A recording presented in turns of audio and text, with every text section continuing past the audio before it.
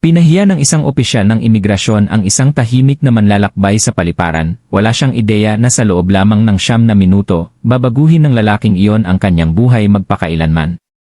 Maingay ang internasyonal na paliparan dahil sa karaniwang kaguluhan nito, mga manlalakbay na naghihila ng mga maleta, umalinggaw ang mga anunsyo sa terminal, at mahahabang pila sa mga immigration counter. Sa gitna ng karamihan, isang lalaki ang tahimik na naglalakad. Nakasuot lamang ng simpleng polo shirt, maitim na maong, at baseball cap na nakatakip sa kanyang mukha. Dinala niya ang sarili. Nang may mahinahong pagpapakumbaba, nakikihalubilo sa daan-daang pasaherong dumarating ng umagang iyon. Ang lalaking iyon ay si Manny Pacquiao. Bagamat halos walang nakakilala sa kanya sa unang tingin.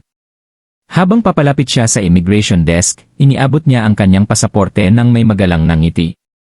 Bahagya itong sinulyapan ng opisyal sa likod ng salamin. Nanliit ang kanyang mga mata at sa halip na ang karaniwang routine check, ay napangisi siya ng malakas. Para marinig ng iba pang nakapila. Tumabi ka, singhan ng opisyal. Hindi ka nababagay dito. Nagulat si Manny. Excuse me, tanong niya, pinanatili ang kanyang boses na magalang. Yumuko ang opisyal. Matalas at walang pakialam ang kanyang tono. Sabi ko, tumabi kayo. Huwag ninyong sayangin ang oras ko. Kayong mga tao ay laging palihim na nagkukwento. Umalis kayo sa pila. Lumingon ang mga pasaherong naghihintay sa malapit. Ang ilan ay mukhang nalilito. Ang iba ay ngumisi, naaaliw sa drama. Tahimik na nakatayo si Manny, hawak ang kanyang mga dokumento, hindi nagtataas ng boses, hindi nagagalit. Sinisiguro ko sa inyo, malumanay niyang sabi. Ang mga papeles ko ay balido. Pakisuri muli. Ngunit hindi interesado ang opisyal na suriin. Walang ingat niyang itinulak ang pasaporte ni Manny pabalik sa counter, hinayaan itong mahulog sa sahig. Mas malakas ang tunog kaysa sa dapat nitong marinig. Isang maliit ngunit matinding kahihiyan. Napasinghap ang mga tao. Bumulong ang isang babaeng nakapila, wow. Ang garalgal. Umiling ang isang negosyanteng malapit, ngunit walang sinabi. Umayos ng upo ang opisyal ng may kayabangan. Itinuro ang gilid. Kunin mo na ang mga gamit mo at maghintay ka roon. Hindi ka papasok nang ako ang bahala. Sandali. Yumuko si Manny, kinuha ang kanyang pasaporte, at hinawakan ito sa kanyang mga kamay. Nanatiling kalmado ang kanyang mukha, kahit sa loob ay nararamdaman ng sinuman ang sakit ng kawalang galang. Nakakagulat ang eksena. Narito ang isang lalaking may pandaigdigang katayuan, tinatrato na parang walang kwenta, na parang hindi siya nakikita dahil sa kanyang pagpapakumbaba. Gayunpaman, hindi nakipagtalo si Manny. Hindi pa. Nakatayo lang siya roon ng tahimik habang patuloy na nag-uutos ang opisyal. Ang nangyari pagkalipas lamang ng 9 na minuto ay nag-iwan sa buong paliparan na natigilan.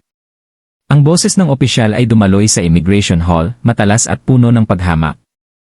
Iwinagayway niya ang kanyang kamay na parang si Manny Pacquiao ay walang iba kundi isang istorbo na pumipila. Ang mga pasahero.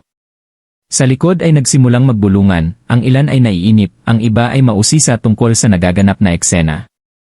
Si Manny, hawak ang kanyang pasaporte at mga dokumento ng mahigpit sa kanyang kamay, ay huminga ng malalim.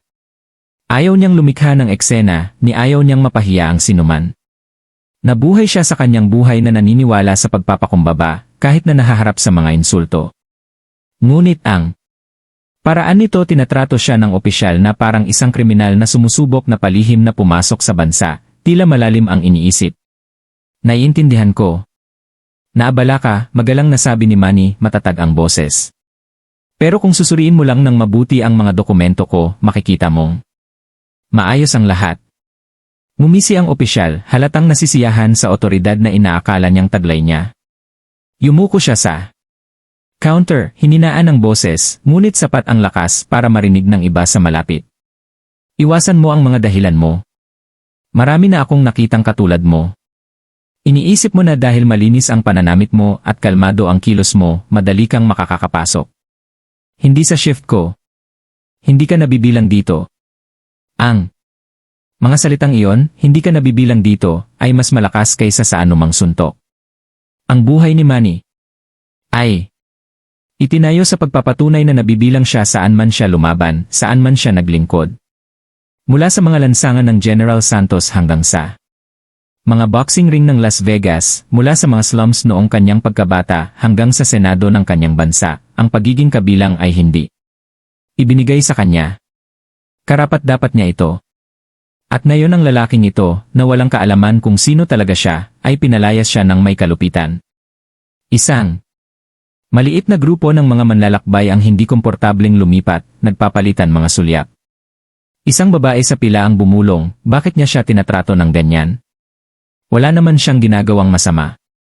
Ngunit karamihan sa mga tao ay nanatiling tahimik, takot na makialam. Humigpit ang hawak ni Manny sa kanyang pasaporte. Maaari sana niyang itaas ang kanyang boses, maaari sana niyang hingin ang respeto, ngunit sa halip ay pinili niya ang dignidad. Ang kanyang pagiging kalmado ay tila lalong ikinadismaya ng opisyal. Huwag kang tumayo lang doon. Sinhan ng opisyal. Lumipat ka sa holding area o ipapa-escort kita ng security. Sumenyas siya sa dalawang nakaunipormeng gwardiya, na malapit na lumapit, handang sumunod sa mga utos ng walang tanong. Sa loob, naisip ni Manny ang kanyang asawa, ang kanyang mga anak, ang kanyang mga tao. Ilang beses na bang tinatrato ng ganito ang mga ordinaryong Pilipino? Pinahiya ng mga taong may kapangyarihan na nag-iisip na ang isang uniforme ay nagbibigay sa kanila ng karapatang hamakin ang iba. Naramdaman niya ang sakit hindi lamang para sa kanyang sarili, kundi para sa bawat ordinaryong manlalakbay na walang boses, walang impluensya, walang pagkakataong lumaban. Sumulyap ang opisyal sa lumalaking karamihan, ang umisi ulit si A na parang may palabas. Kita nyo mga binibini at Ginoo. Kaya nga dapat tayong mag-ingat. Hindi lahat ng may pasaporte ay karapat-dapat pumasok. May ilan na nagtangkang dayain ang sistema. Tayo ang unang linya ng depensa. Nakakasakal ang kayabangan. Hindi mapakali ang mga nakapila. Maingat na itinaas ang mga telepono. Nire-record ang pag-uusap. May bumulong, sobra na ito. Hindi man lang nagtaas ng boses ang lalaking yon. Sa wakas ay nagsalita ulit si Manny, kalmado pa rin ang tono, maingat na pinili ang mga salita. Ginoo, hindi ako narito para manggulo sa inyo. Ang hinihiling ko lang ay patas. Pakitrato po ninyo ako gaya ng pakikitungo ninyo sa sinumang manlalakbay. Wala nang iba pa, wala nang kulang. Ngunit ang patas ang huling nasa isip ng opisyal. Malakas siyang napangisi, ang mga matang kumikislap sa paghamak. Patas? Huwag niyo akong ipangaral tungkol sa patas. Matagal ko nang ginagawa ang trabahong ito. Alam ko kung sino ang dapat pagkatiwalaan at kung sino ang dapat tanggihan, at hindi ko kayo pinagkakatiwalaan. Mabigat ang katahimikang sumunod, nabasag lamang ng mga walang tiyagang manlalakbay. Ang dalawang gwardiya ay nakatayo malapit, naghihintay ng mga utos. Si Manny, bagamat kalmado, ay nasa sangandaan na ngayon. Siya ay ininsulto, pinahiya, at kinutya sa harap ng mga estranghero. Gayunpaman, nanatili siyang marangal, ang kanyang kahinahunan ay hindi naputol. Ang walang nakakaalam ay ang tahimik na pagtitiis na ito, ang katahimikang ito ay hindi kahinaan. Ito ay isang bagyong nagtitipon ng lakas. Si Manny Pacquiao ay nakaharap ng mas malalakas na kalaban kaysa sa opisyal na ito sa ring, sa politika, sa buhay. At kapag sa wakas ay pinili niyang kumilos, ang mga kahihinatnan ay magiging mabilis at hindi na mababago. Ngunit para sa ngayon, naghintay siya. Hinayaan niyang mas malalim na humukay ang opisyal sa kanyang kayabangan.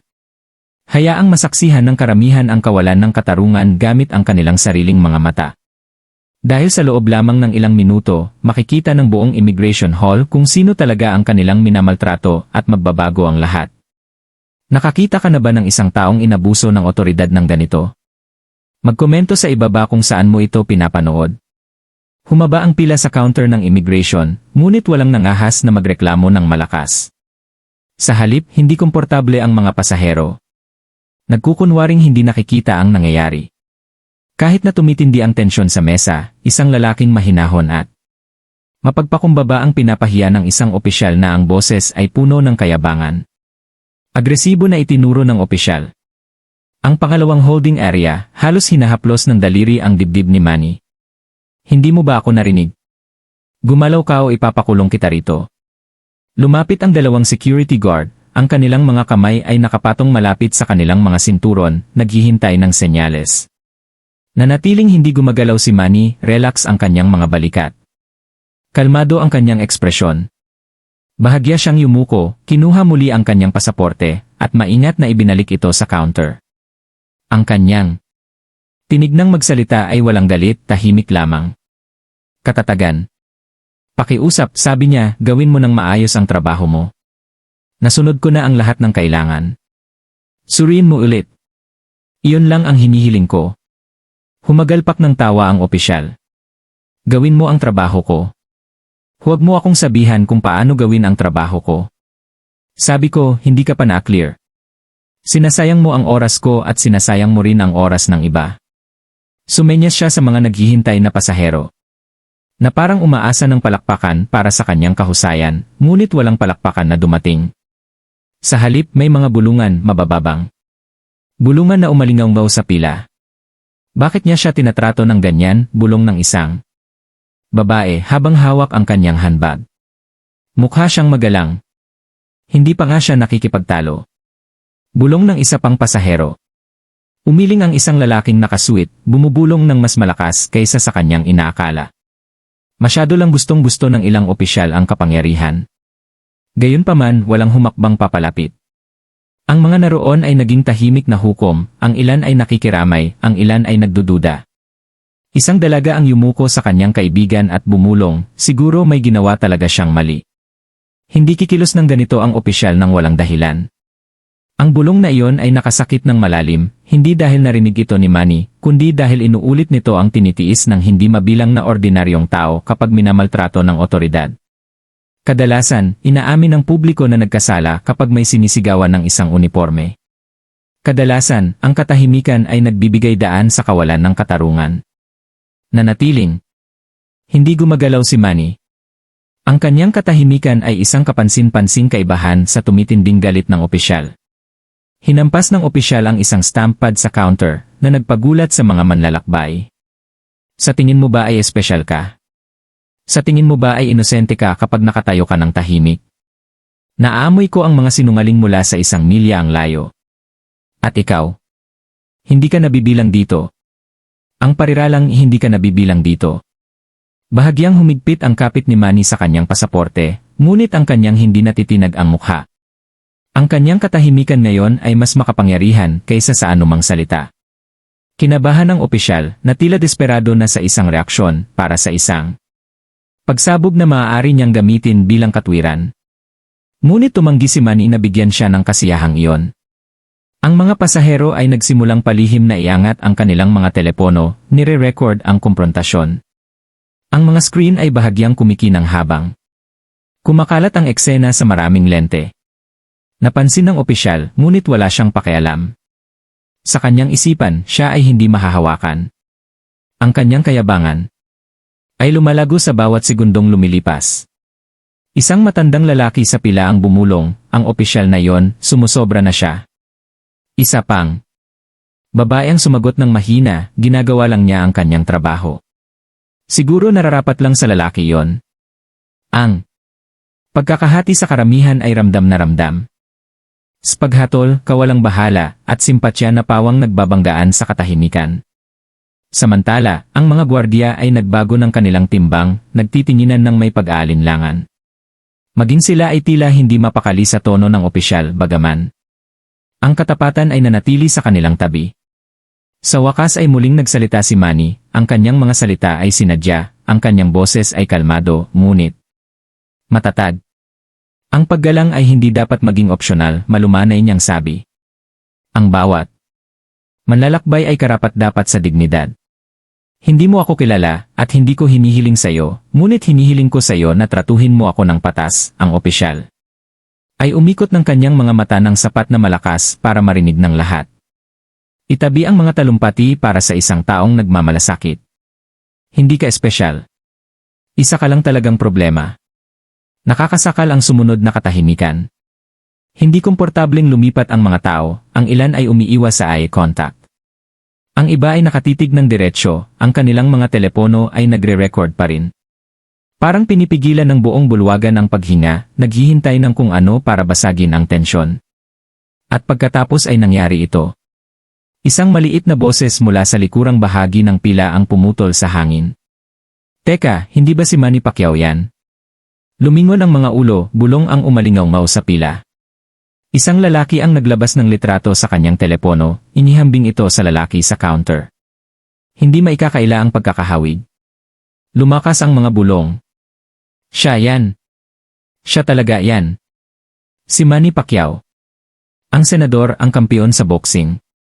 Kumulot ang noo ng opisyal, naiinis sa ingay, ngunit hindi pa rin niya namalayan ang laki ng pagkakamaling nagawa niya. Ikinumpas niya ang kanyang kamay ng may pagmamaliit sa mga tao. Wala akong pakialam kung sino sa tingin niya ang kanyang pagkatao. Hindi siya labag sa batas. Hindi siya dadaan dito. Ngunit alam ng mga tao na kumakalat ang pagkilala na parang apoy. Ang parehong taong nag-angat sa kanyang bansa mula sa kahirapan, na nagbigay ng milyon-milyong pag-asa sa pamamagitan ng kanyang mga kamao at ang kanyang serbisyo ay nakatayo. Nang may pagpapakumbaba, tinitiis ang mga insulto ng walang paghihiganti. Ang mga bulong ay naging mahinang dagundong ng galit. Ang mga tao ay nagsimulang magbulungan ng mas malakas. Paano niya nakakausap si Manny Pacquiao ng ganoon? Hindi ito kapanipaniwala. Ngunit hindi pa rin. Nagtaas ng boses si Manny. Tahimik siyang nakatayo, hawak ang pasaporte, habang ang opisyal, na bulag sa katotohanan, ay nagpatuloy sa kanyang pagtataray. Nakahanda na ang entablado. Hindi mapakali ang mga tao. Masyado nang nasa kanyang kayabangan ang opisyal para bumalik. At si Manny Pacquiao, kalmado, mahinahon, at hindi natitinag. Ay ilang minuto na lang bago ibunyag kung sino talaga siya. Walang ideya ang opisyal. Na ang lalaking kanyang kinutya ay malapit nang magkaroon ng kapangyarihang magdesisyon sa kanyang kapalaran. Ang mga bulong ay lalong lumalakas ngayon, kumakalat na parang isang kislap sa tuyong damo. Itinaas ng mga pasahero ang kanilang mga leg, ang mga mata ay palipat-lipat sa pagitan ng kanilang mga telepono at ang lalaking nakatayo. Nang tahimik sa counter. Hindi maikakaila ang pagkakahawig, ngunit nanatili pa rin ang kawalan ng paniniwala. Maaari ba talagang siya ito? Maaari. Na ang tahimik na lalaking nagtitiis ng kahihiyang ito ay tunay na si Manny Pacquiao. Ang opisyal. Pa rin walang kamalay-malay sa lumalakas na bagyo sa paligid niya, inihampas ang kanyang palad sa counter. Tama na ang pagtayo rito. Lumipat ka na sa holding area o harapin ang detention. Matalas ang kanyang boses, parang latigo sa hangin. Nasiyahan siya sa otoridad. Bulag sa katotohanang ang mismong lupa sa ilalim niya ay malapit ng gumalaw. Nanatiling kalmado si Manny. Ang kanyang pasaporte ay muling nakapatong sa counter, matatag ang kanyang mga kamay, tuwid ang kanyang tindig. Hindi niya itinaas ang kanyang boses, ni hindi siya nakipagtalo.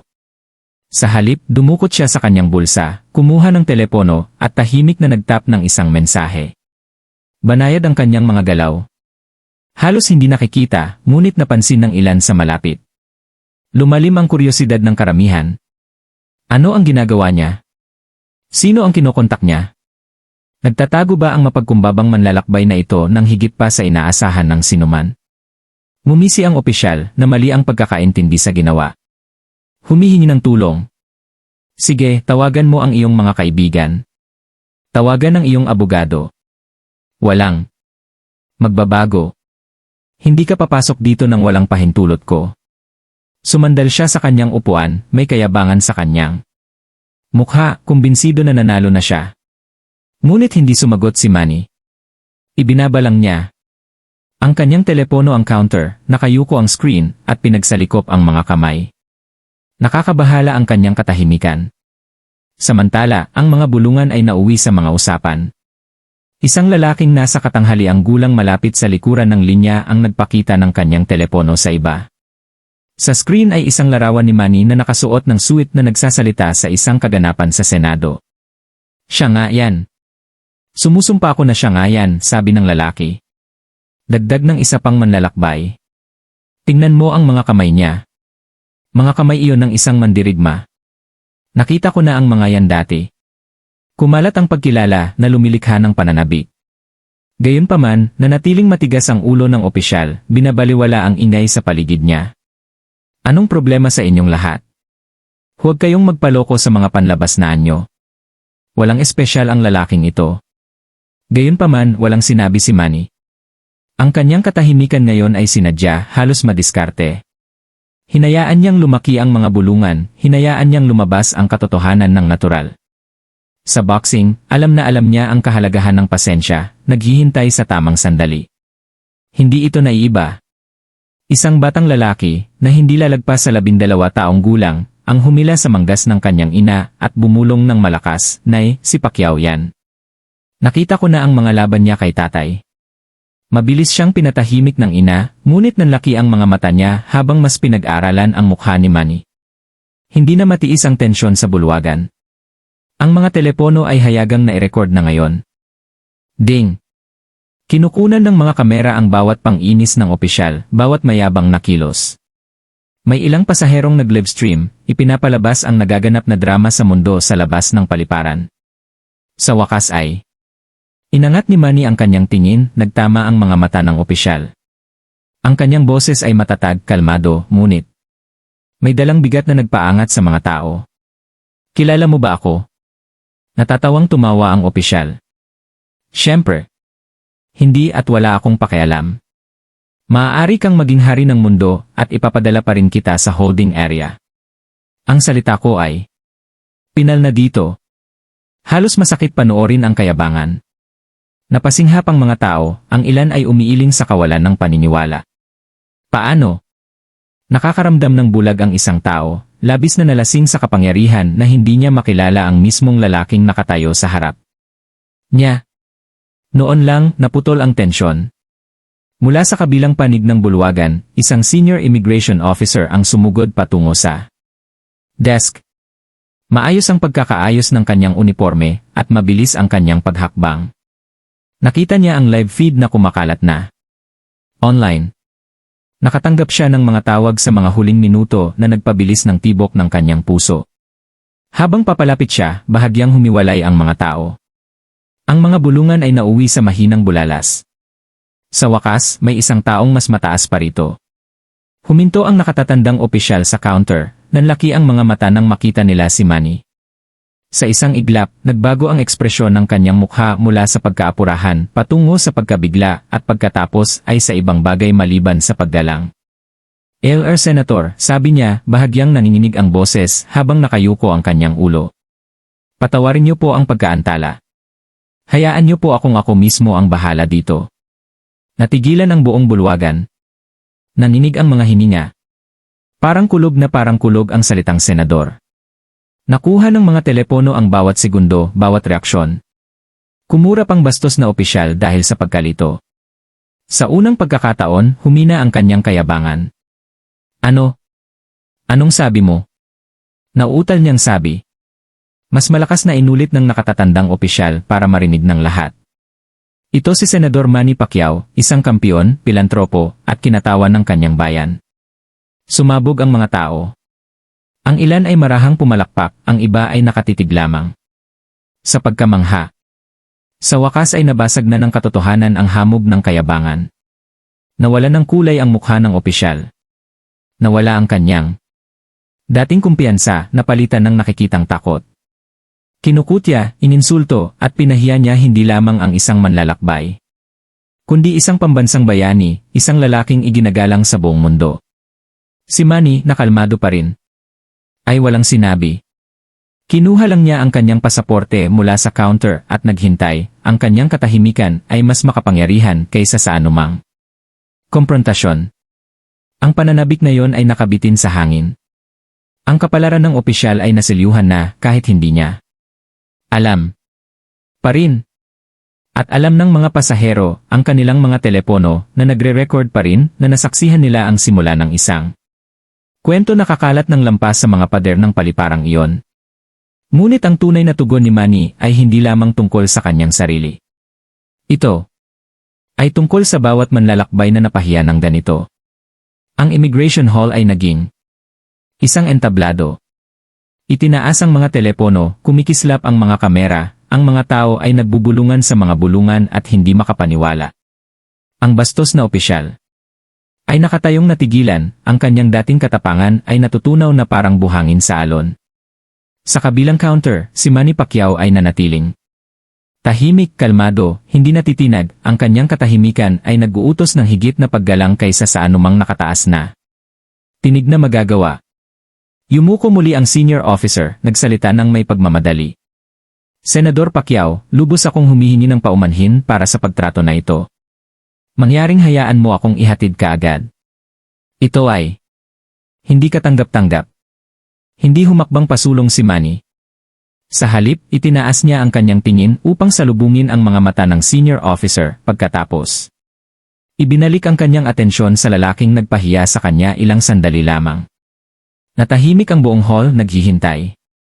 Tatanggapin ba niya ang paghingi ng tawad at magpapatuloy o magsasalita ba siya? Nang sa wakas ay binuksan ni Manny ang kanyang bibig, ang kanyang boses ay kalmado. Sinadya at may bigat na nagpapatuwid sa bawat tagapakinig sa kanilang upuan. Ang respeto, mahina niyang panimula ay hindi isang bagay na ibinibigay mo lamang kapag kilala mo kung sino ang isang tao. Ang respeto ay dapat ibigay sa bawat manlalakbay, bawat tao. Anuman ang katayuan o katanyagan. Kinakabahang umuumbok ang lalamunan ng opisyal habang tumatagos sa hangin ang mga salita ni Manny. Nagpatuloy si Manny, ang kanyang boses ay matatag ngunit mas malakas na ngayon, bumubuo ng momentum tulad ng isang mandirigma na naglalakad patungo sa kanyang huling round. Nakatayo ako. Dito ng tahimik, ipinapakita sa iyo ang aking mga dokumento, nakikipag-usap sa iyo ng may paggalang. Ngunit, tinuya mo ako. Sinabi mo sa akin na hindi ako kabilang. Ngunit hindi ako nagsasalita para sa aking sarili ngayon. Nagsasalita ako para sa hindi mabilang na mga kalalakihan at kababaihan na dumadaan sa mga bulwagan na ito araw-araw. Mga ordinaryong tao na walang mga kamera. Walang impluensya, walang kapangyarihan. Ilan sa kanila ang nagdusa sa sinubukan mong gawin sa akin? Umalinggaw ang mga bulong. Sa karamihan, tumango ang ilan. Ang iba ay bumulong ng mga salita ng pagsang-ayon. Ang katotohanan sa pahayag ni Manny ay hindi maikakaila. Nauutal na sabi ng opisyal. Ginagawa ko lang ang aking tungkulin. Tungkulin? Pinutol ni Manny ng matalas, bagaman. Hindi kailanman nawala ng kontrol ang kanyang tono. Ang iyong tungkulin ay itaguyod ang batas ng may katarungan. Ang iyong tungkulin ay maglingkod ng may dignidad, hindi abusuhin ang iyong otoridad. Kapag sinabi mo sa isang tao na hindi sila kabilang. Kapag pinahiya mo sila sa harap ng mga estranghero, nabibigo ka sa iyong tungkulin. Ang kanyang mga salita ay parang mga suntok, bawat isa ay mas mabigat. Kaysa sa huli. Kitang-kita ang pagliit ng opisyal, ang kanyang kayabangan ay tuluyang nawala. Ibinuka niya ang kanyang bibig upang magsalita, ngunit walang nakitang salita. Sinubukan ng nakatataas na opisyal na mamagitan at mabilis na nagsalita. Senador, pakiusap, agad na itatama ang sitwasyon. Sisiguraduhin kong magkakaroon ng aksyong pandisiplina. Ngunit itinaas ni Manny ang isang kamay, marahang pinatahimik siya. Inilibot ng kanyang mga mata ang kanyang paningin sa buong bulwagan, hindi lamang sa mga opisyal, kundi pati na rin sa mga nanonood na pasahero, sa mga nagre-record na kamera, ang mundong malapit ng maganap ito online. Hindi ito tungkol sa akin, matatag niyang sabi. Ako ay isang lingkod bayan. Ako ay isang mandirigma. Kaya kong tiisin ang mga pang-insulto, ngunit hindi ako tatabi habang ang mga ordinaryong mamamayan ay nagdurusa rin. Bawat tao ay karapat-dapat sa dignidad. Bawat tao ay karapat-dapat sa katarungan. Mayaman man o mahirap, sikat o hindi, lahat sila ay karapat-dapat sa paggalang. Sumabog ang palakpakan sa bulwagan. Ang mga pasahero ay pumapalakpak, mahinang naghihiyawan, ang ilan ay pinupunasan pa ang mga luha. Ang dalawang gwardiya, na handang sumabay kay Manny kanina, ay hindi komportableng gumalaw, ibinababa ang kanilang mga mata, nahihiya sa kanilang katahimikan. Ang bastos na opisyal na ngayon ay maputla at nanginginig ay bumulong, hindi ko alam. Hindi ko napagtanto kung sino ka. Mabilis ang tugon ni Manny, ang kanyang mga salita ay parang kidlat. Iyan ang problema. Ang mahalaga sa iyo ay alam mo. Ngunit ang respeto ay hindi dapat nakadepende sa pagkilala. Ang respeto ay isang karapatang pantao. Nakunan ng mga kamera ang bawat segundo, ang kanyang mahinahong tindig, ang kanyang matatag na titig, ang kanyang makapangyarihang mga salita. Para sa marami sa bulwagan na yon, hindi ito parang isang komprontasyon sa paliparan, kundi parang isang masterclass sa pagpapakumbaba at pamumuno. Ang nakatatandang opisyal na napagtanto ang bigat ng sitwasyon ay tumango ng taimtim. Senador, tama ka. Sa ngalan ng departamentong ito, inaako ko ang buong responsibilidad. Nakakahiya ang pag-ugaling ito. Sisiguraduhin kong matutugunan ito agad. Ngunit hindi pa tapos si Manny. Ang mga sumunod niyang salita ay lubos na nagpabago ng sitwasyon na nagdulot ng kilabot sa lahat ng naroroon. Hindi lamang ang kanyang sarili ang kinakatawan ng lalaking ito ngayon. Kinakatawan niya ang sistema. Kung hahayaan ko itong lumipas ng tahimik, anong mensahe ang ipadadala nito? Ang otoridad na iyon ang nagbibigay ng karapatang magwalang galang. Na pinoprotektahan ng mga uniforme ang kayabangan. Dito natatapos ang lahat. Halos manlambot ang mga tuhod ng opisyal. Alam niyang naselyuhan na ang kanyang kapalaran. Pinahiya niya ang maling tao sa harap ng maling karamihan sa maling oras. Ang karamihan, na naramdaman ang sandali, ay nagsimulang umawit ng mahina, respeto, respeto, respeto. Ang salita ay umalingaw sa buong bulwagan, lalong lumalakas, pinalakas ng emosyon. Nanginginig ang mga telepono habang sinusubukan ng mga tao na kunan ang eksena, sumasabay ang kanilang mga boses. Gayunpaman, hindi natuwa si Manny. Hindi siya umiti, hindi siya umisi. Tumayo siya ng may tahimik na dignidad ng isang lalaking napahiya, ngunit pinili niyang umangat, hindi para sa paghihiganti, kundi para sa hustisya. Sa wakas, bahagyang umatras siya. Binigay ang huling sulyap sa nanginginig na opisyal. Hindi ko itataas ang aking kamay laban sa'yo. Hindi kita insultuhin pabalik. Ngunit sisiguraduhin kong hindi na ito mangyayari muli. Hindi sa akin, hindi sa sinumang manlalakbay. Muling tumahimik ang bulwagan. Mabigat, hindi maikakaila, at hindi malilimutan ang mga salita ni Manny. Sa sandaling iyon, tuluyang nagbago ang balanse ng kapangyarihan. Wala nang kontrol ang opisyal. Si Manny Pacquiao, na walang iba kundi mahinahong mga salita at di matitinag na dignidad ay sinakop ang buong silid. At di nagtagal ay nasa kanyang sulok ang buong mundo. At pagkatapos ay nangyari ang hindi ka panipaniwala.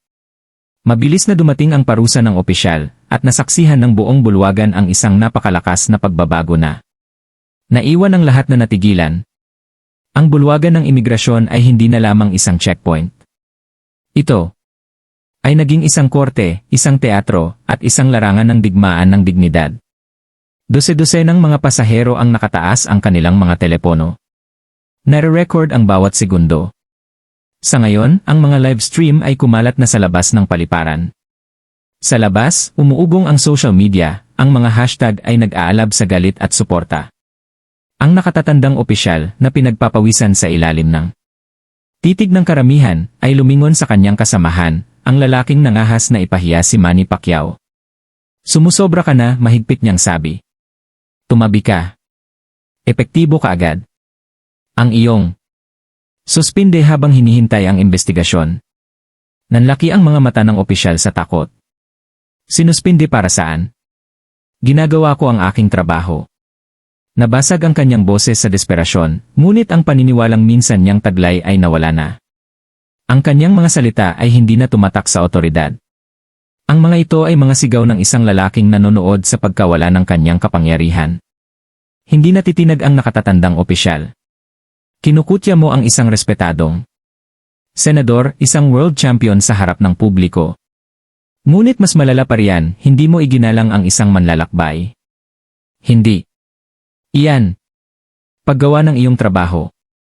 Iyan ay pang-aabuso sa kapangyarihan. Bumulong ang karamihan bilang pagsang-ayon.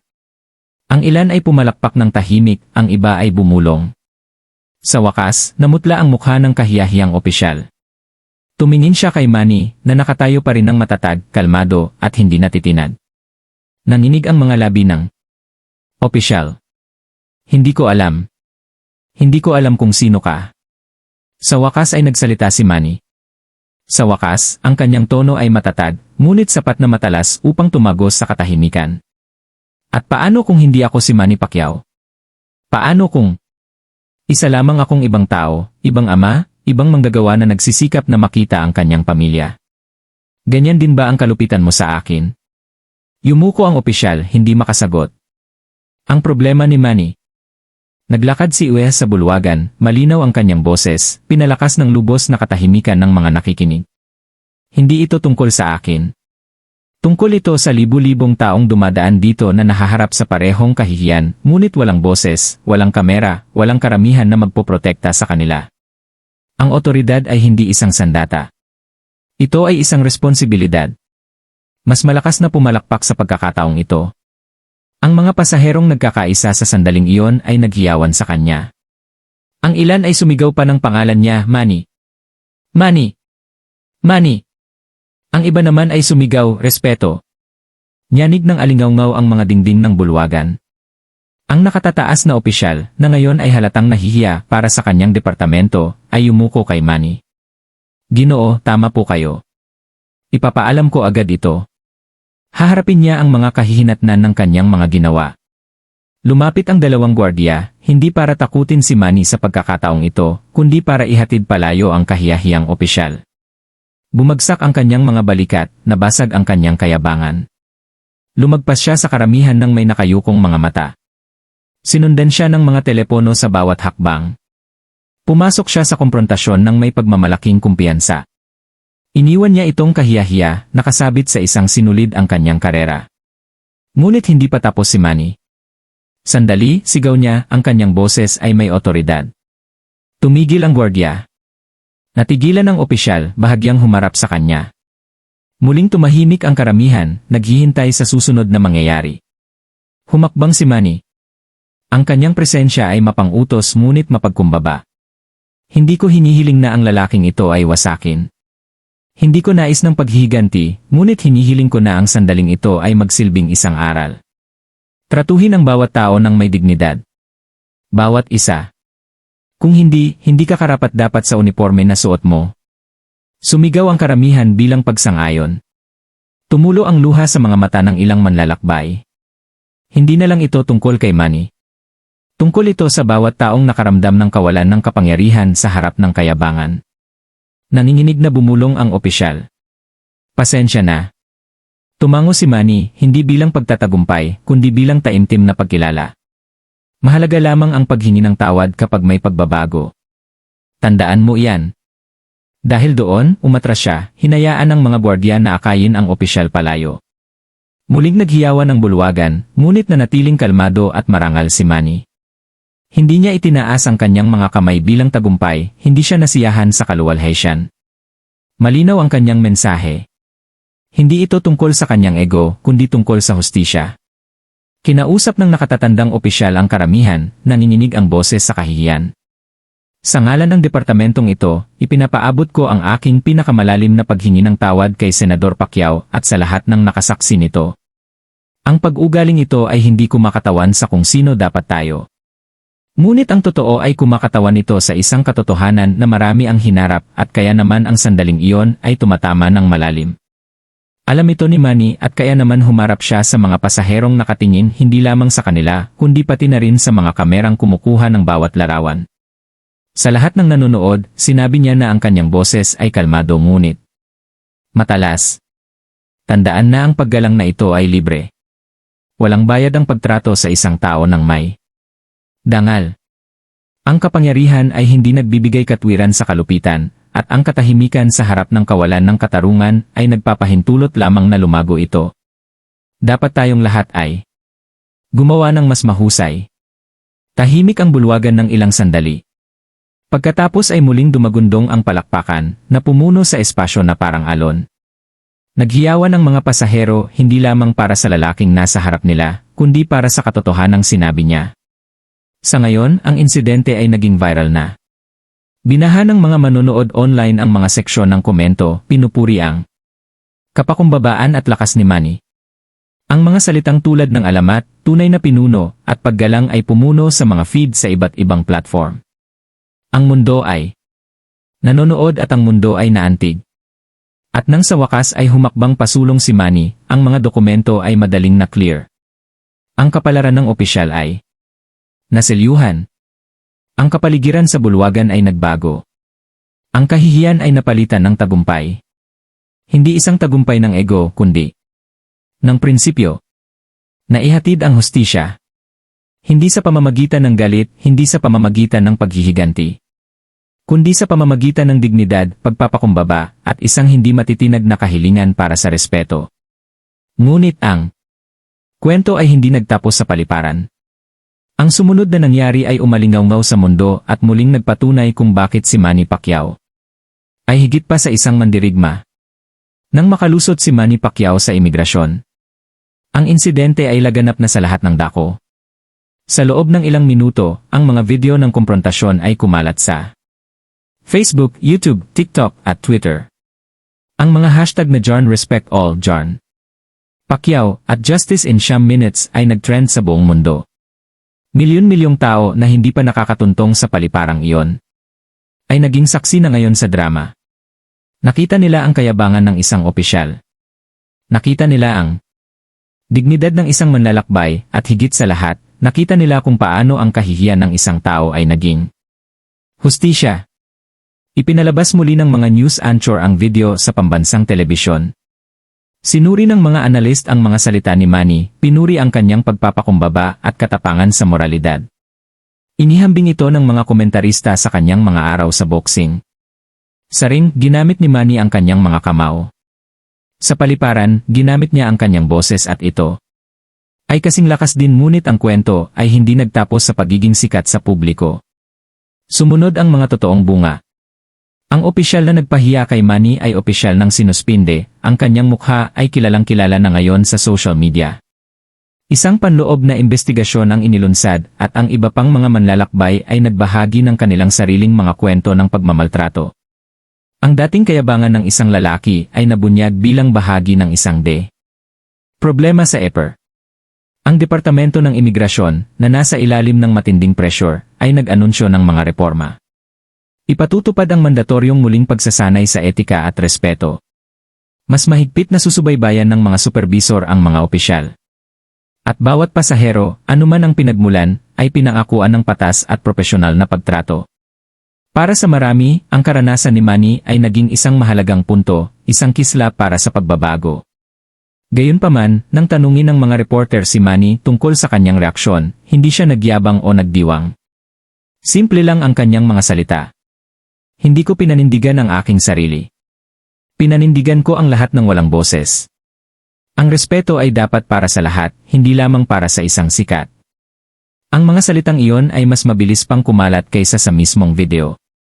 Naging isang sipi ang mga ito na nakalimbag sa mga poster, ibinahagi bilang mga caption, at inuulit sa mga silid-aralan at opisina. Samantala, sinabi ng waitress sa cafe sa paliparan sa mga reporter, "Matagal na akong naglilingkod sa mga manlalakbay dito. Laging sinisigawan ng mga opisyal ang mga tao. Ngunit ngayon, nakakita ako ng pag-asa dahil sa wakas ay may nagsalita." Ang batang lalaki na nakakilala kay Manny kanina ay nagpost sa social media. "Hindi ko malilimutan kung paano siya nakatayo roon ng napakakalma kahit na ininsulto. Hindi lang siya isang kampiyon sa ring at isa siyang kampiyon sa buhay." Para kay Manny, hindi ito tungkol sa pagmamataas. Hindi ito tungkol sa pagpapatunay na mali ang opisyal. Ito ay tungkol sa pagtuturo ng isang aral na kailangang marinig ng mundo. Ang dignidad na iyon ay hindi isang pribilehiyo na nakalaan para sa mga sikat o makapangyarihan. Ang dignidad ay isang karapatan. Habang nakakarating ang kwento sa mga pandaigdigang balita, nagsimulang ibahagi ng mga tao sa buong mundo ang kanilang sariling mga karanasan ng diskriminasyon at kahihiyan. Ang insidente ay naging higit pa sa isang viral video. Ito ay naging isang kilusan. At si Manny, umuwi siya sa kanyang pamilya ng gabing iyon na hindi nagbago ng katanyagan, hindi natitinag ng kaguluhan. Habang kumakain, malumanay niyang sinabi sa kanyang mga anak, "Laging tandaan, ang respeto ay hindi isang bagay na hinihingi mo. Ito ay isang bagay na ibinibigay mo at maging sa mga hindi nagbibigay nito pabalik. Ngunit kapag dumating ang kawalan ng katarungan, huwag kang manahimik." Nalalaki ang mga mata ng kanyang mga anak na nakinig, hinihigop ang aral na mananatili sa kanila habang buhay. Ang komprontasyon sa paliparan ay naglalaho sa paglipas ng panahon, tulad ng madalas na nangyayari sa mga viral na kwento. Ngunit ang moralidad at mensaheng "ayaw ko nito" ay nananatili sa bawat taong nanood, bawat komento na nagbabasa ng respeto, bawat manlalakbay na nakahanap ng lakas ng loob na magsalita sa susunod na pagkakataon na sila ay maharap sa maling pagtrato. At iyon ang dahilan kung bakit mahalaga ang kwentong ito. Hindi dahil sa isang sikat na lalaki ang nagpakumbaba sa isang arogante na opisyal, kundi dahil ang isang kilos ng mahinahong katapangan ay nagpaalala sa mundo ng isang simpleng katotohanan. Walang sinuman ang dapat husgahan batay sa kanilang hitsura. At lahat ay nararapat na igalang. Kung naniniwala kang walang sinuman ang dapat na hindi igalang dahil sa kanilang hitsura, ay type ang respeto sa mga komento. At huwag kalimutang mag-subscribe para sa mas makapangyarihang mga kwento tulad nito.